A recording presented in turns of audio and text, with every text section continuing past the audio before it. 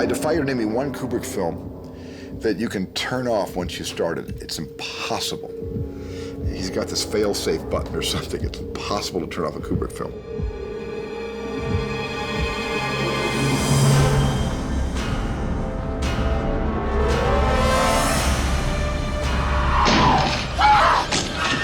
Every shot has some special effort put into it, some extra bit of concern with composition or lighting or traveling or something. And so he never lets down.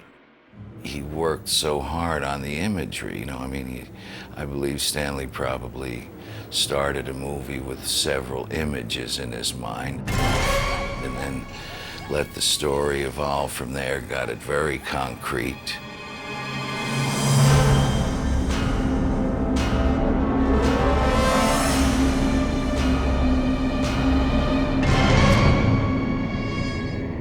Shining is the perfect example of a horror genre movie that does not employ the classical horror genre visual elements. I think the thing about it is that he creates a setting that has a certain kind of peacefulness that belies the story that he's telling. This is our Colorado lounge. Oh, it's beautiful. You know it's extraordinary from the very first shot. Those first helicopter shots tell you that somebody's at the helm who's saying, you know, I'm not just going to give you a helicopter shot, I'm going to give you the longest, steadiest helicopter shot. And how graceful they were, and how misleading that is in terms of what's coming. Nothing indicates that the horror may happen in this movie. And it's a very conscious decision because by creating that kind of visual style, you're creating a sense of normalcy, but by doing that, the horror that the characters are experiencing becomes much more believable. You better run fast. I'm coming in close. Just have to keep him back. You know, there's something very intuitive and wonderful about the way he will find these things that will just become archetypal. The blood coming out of the elevator and the twins, it's very much reminiscent of Diane Arbus's photographs. He'll just totally throw these images at you in a way that will just set you off. The greatest one for me, though, is still the image of the written page, just pages and pages. Your terror in that movie comes from the characters. You're being frightened by a realization of who these characters are. She's curious about what he's written, and he has piles and piles of typewritten pages that all say, all work and no play makes Jack a dull boy. That's the point at which there's a kind of turning point in the movie. It's the most perfect representation of insanity that you could possibly come up with. How do you like it? When the snow begins to fall outside the windows and it begins to build up and you go out into it, and it's always blizzard. It's never cool with blue skies, you know, it's always dark and blizzard and blowing snow. That sense of cold just accumulates. Action, Shelley! No fair anymore. Stanley, with his, photography sense, had this great idea of using fog so that it looked really cold, but he never wanted to see the fog move, It just gave the sense of, like a filter almost. So you could only shoot when the wind was less than 3 knots. It took a long, long time to get all the shots we needed. He'd seen some war pictures shot in snow, some black and white, and he realised that there was a diffusion, the cold, foggy get in snow, and he said, let's try it. So we did, and it was brilliant. I mean, he wouldn't have looked as cold without that smoke. It was actually a poisonously yellow-looking set with the lights. Stanley did all his own lab timing, so by the time the dailies came back, they'd cranked up the blue and cranked out all the red and yellow, and it looked, as it looks in the film, frigid, wintry, cold, mysterious place.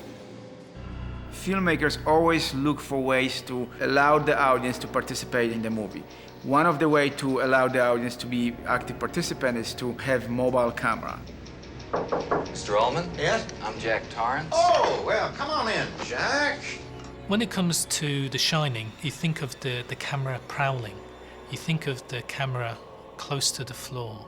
It's almost as if there's another character in there following people about. And of course there is. The hotel is keeping an eye on all the characters. So perhaps the camera in The Shining is the hotel. You're right there with the character. You don't know what's gonna happen. Is something going to attack the little boy? It feels very dangerous. It feels very invading. It's a film about film, in part. What was the necessity of traveling down that hallway? Well, he did it because he could. I think sometimes Stanley just did that because he didn't want to be like everybody else, and he had a very specific way of telling a story. It's not that he wanted to show off, I'm so different than you, but he said, why does every story have to be told the same way? And I think that Kubrick had reached a point, frankly, that the more profound ideas that he had expressed in earlier films now had to be presented to a different audience. An audience that had started to find the horror film diet very attractive and commercial.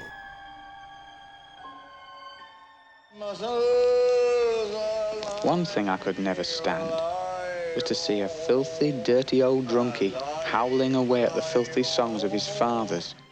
You can identify Kubrick in all sorts of ways in any one of his films, but one of the really admirable things about him is that he chooses such different projects. There are linkages between them, but they're very different sorts of films, finally. One of the characteristics that's so striking about these films is the sense of the visual that you remember long after you've seen the film. I think a mark of a great director is that you leave the theater with certain images forever marked on your mind. And that's certainly true of Kubrick. Daisy, Daisy, give me your answer to. I first met him in New York probably in the very early 1950s. And he was already becoming a mythic figure, was already this famous person who had started shooting for Look when he was 3 years old or something like that, you know, so he was protege-ish. He was the most provocative, intelligent filmmaker I've ever known. His experience in using a still camera probably really helped him, you know, from a photographic point of view. And he certainly understood the way you tell things with visual images. And I'm sure a little bit of that at least comes from the fact that he had been a still photographer. I don't think he was obsessive about images. I think he just had great taste and was a great photographer and cameraman, so he knew where to put the camera all the time, you know, and so it looked seamless. So, I mean, it was wonderful because all of his pictures looked wonderful. Invariably, the images would be startling. Certainly, Barry Lyndon was creating a time and a place, and so what he did was very effectively take us back to that, and you had a sense of what it was like. If you can imagine that he was a consummately gifted photographer professionally, he was also a consummately successful chess hustler. And if you think about that and combine the mind of a really complex chess player with the eye of a perfect perfectionist photographer, you have Stanley. Ready now! Run! Quick! One thing that I love about Stanley's images is that his compositions were very simple. They were very simple and very direct. But there's something about that directness that's very disturbing. He's very good at creating his own sort of stylistic use of various techniques. Kubrick's films have fabulous camera movements. When you think of 2001, you think of slow pans. When you think of Barry Lyndon, you think of zooms. Zooms is something that was used very stylistically a lot in the early, you know, in the 60s and 70s. But Kubrick uses it in a way in both The Shining and in Barry Lyndon in ways that reveal things to you over a course of time.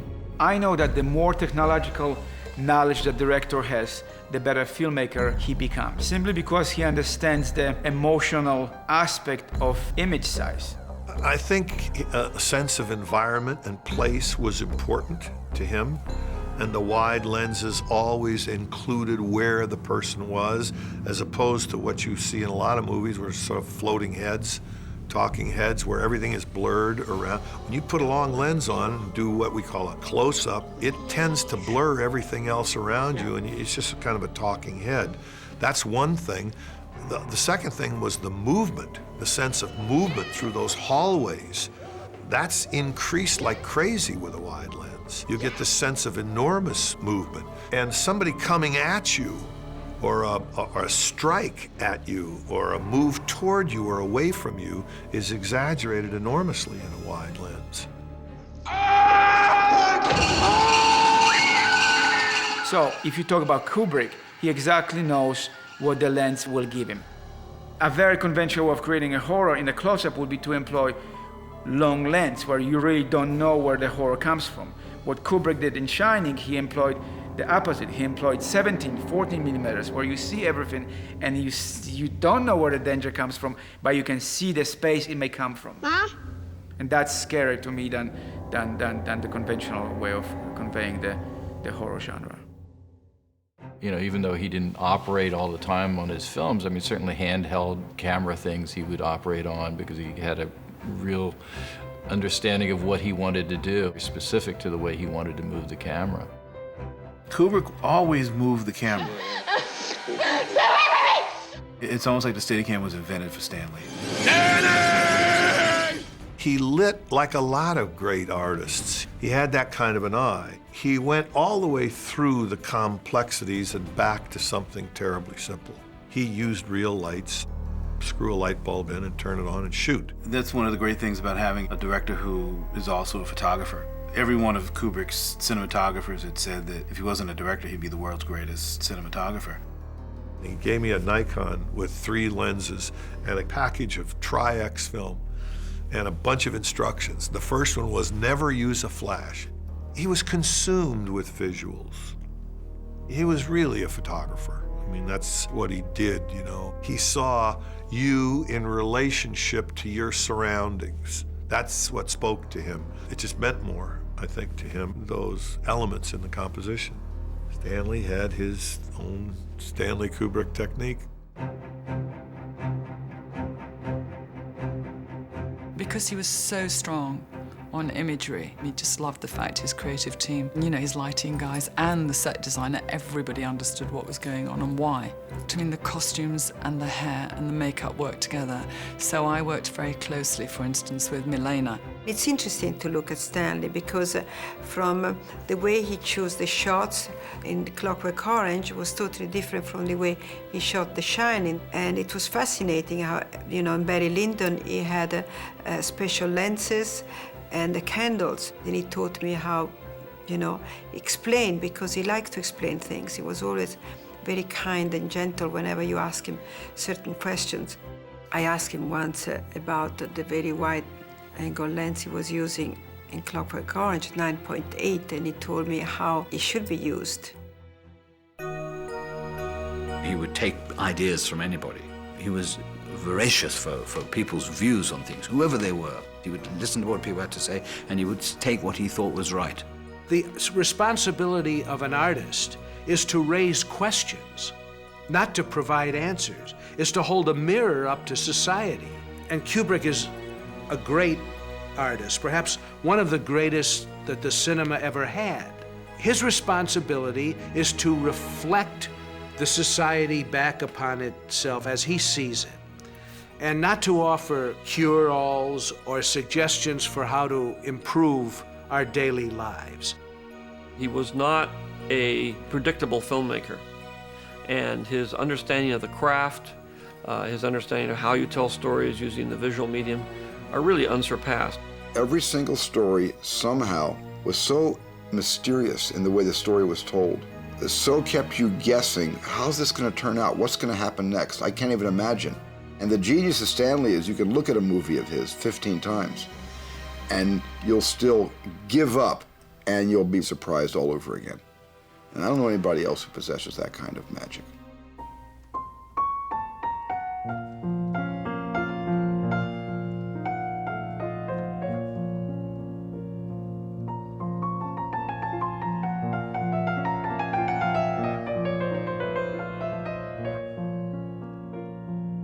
I'm really, really, really sorry that Stanley died.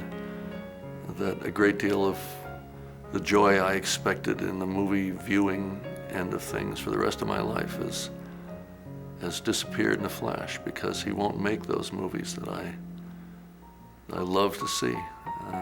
Besides losing him as a friend and a mentor, I'm really sorry as just a film goer that he's not doing this anymore. He was a great friend, a fund of monumental knowledge, a mind-opening person. If you just think of the stuff he did, and he just saw it out in front of him and approached it with wildly high intelligence. To say he was a great craftsman is to seriously understate something. Stanley didn't change much. I mean, his acceptance speech about Icarus at the Directors Guild, I mean, nothing could be more perfect. The myth of Icarus, flying too high for success. He says, and people always took that as a moral tale about hubris. And he said, let's make better wings. If one day there's a final history written of the motion picture, when it disappears as an art form and is replaced by something else, the name of Kubrick will stand at the very top, very large, very prominent, very powerful, as one of the cinema's greatest innovators and artists.